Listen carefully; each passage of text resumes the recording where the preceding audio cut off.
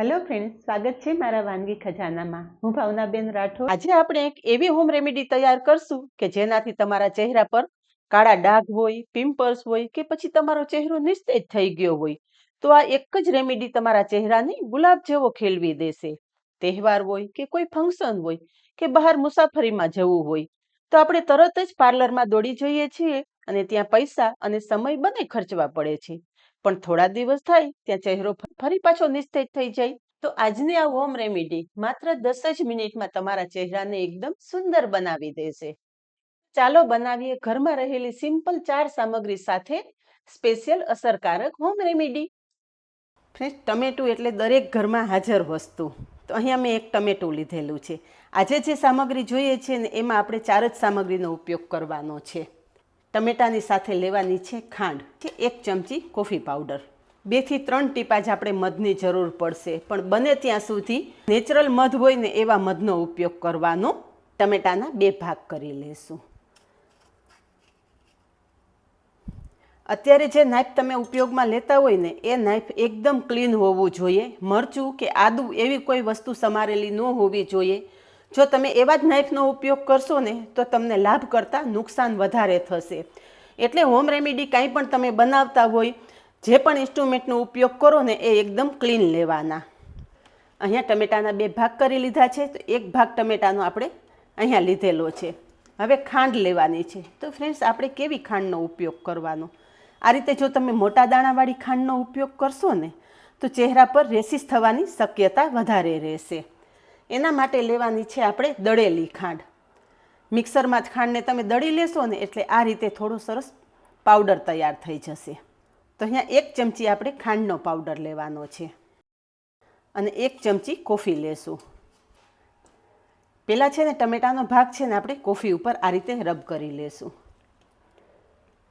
અને તરત જ આપણે ખાંડ ઉપર રબ કરશું. હવે અત્યારે તમે ખાંડ ઉપર આમ જ ટમેટું કરશો ને તો ખાંડ બરોબર ચોંટશે નહીં. સેજ ટમેટાનો રસ નીકળે ને એ રીતે ટમેટાને પ્રેસ કરી દેવાનું, જેથી ખાંડ બરોબર ટમેટા સાથે મિક્સ થઈ જાય. તો અહીંયા જુઓ કે કોફી અને ખાંડ ટમેટા પર સરસ લાગી ગયા છે. અને ખાંડ અને કોફી બંને વસ્તુ ટમેટા પર સરસ મિક્સ થઈ જાય ને એટલે એની ઉપર આપણે માત્ર 2 થી 3 ટીપા જેટલા જ મધનો ઉપયોગ કરવાનો છે. બસ ફ્રેન્ડ્સ, આ પ્રોડક્ટ આપણી તૈયાર થઈ ગઈ. હવે આ તૈયાર કરેલું જે ટમેટાનું આ ફાડું છે ને એ તમારા ચહેરા ઉપર સરસ ઘસવાનું છે.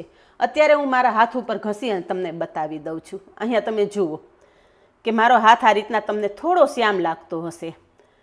હાથ ઉપર ટમેટું આ રીતે રબ કરવાનું છે.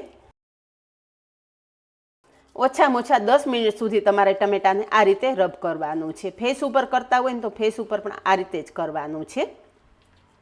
ફેસ ઉપરનો તમે ઉપયોગ કરો ને એ પહેલાં તમારે હાથ ઉપર આ રીતે ટ્રાય કરવાનો છે. ફ્રેન્ડ્સ, તમે જાદુઈ અસર જોશો, તમારો હાથ એકદમ ચમકવા માંડશે. હવે આપણે ફરી પાછું થોડું ખાંડ ઉપર અને કોફી ઉપર ટમેટું આ રીતે રબ કરતું જવાનું અને હાથ ઉપર ઘસતું જવાનું.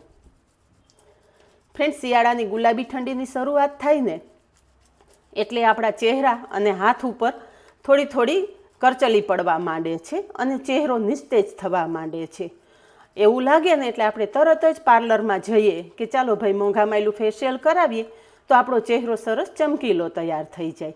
પણ ના ફ્રેન્ડ્સ, આ પ્રોડક્ટનો તમે ઉપયોગ કરશો ને તો તમારે મોંઘા પાર્લરના ખર્ચ કરવાની બિલકુલ જરૂર નથી.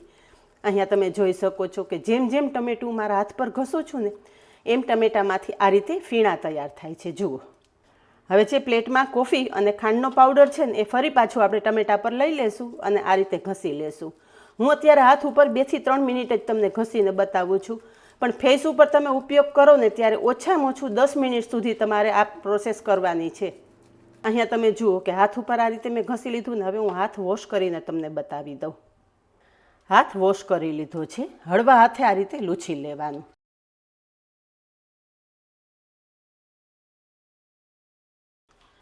હવે ફ્રેન્ડ્સ, 2 થી 3 મિનિટ જ મેં હાથ ઉપર આ રીતે રબ કરેલ છે.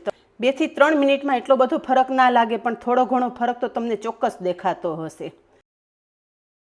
તો આ રીતે મારા હાથ ઉપર 2 થી 3 મિનિટમાં જ આટલો ફરક લાગે છે તો તમે 10 મિનિટ ફેસ ઉપર લગાવશો ને તો ફ્રેન્ડ્સ, તમે જાદુઈ અસર જોશો કે તમારો ચહેરો એકદમ ગુલાબ જેવો ખીલી ઉઠશે.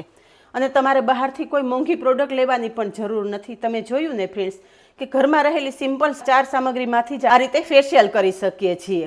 તો ફ્રેન્ડ્સ આજનો નુસ્ખો તમને કેવો લાગ્યો?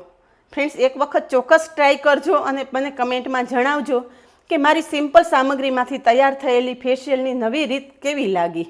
ફ્રેન્ડ્સ તમને જો મારા અવનવા વિડીયો પસંદ આવતા હોય ને તો વિડીયોને એક લાઇક ચોક્કસ આપજો અને આવા જ નવા વિડીયો જોવા માટે ચેનલને સબસ્ક્રાઈબ જરૂર કરી લેજો. અને હા, પાસે રહેલું બેલ પણ પ્રેસ કરી રાખજો જેથી આવનારા બધા જ નવા વિડીયોની નોટિફિકેશન સૌથી પહેલાં આપને મળે. તો આજે બસ આટલું જ. મળીએ નેક્સ્ટ વિડીયોમાં. ત્યાં સુધી બાય. Thank you.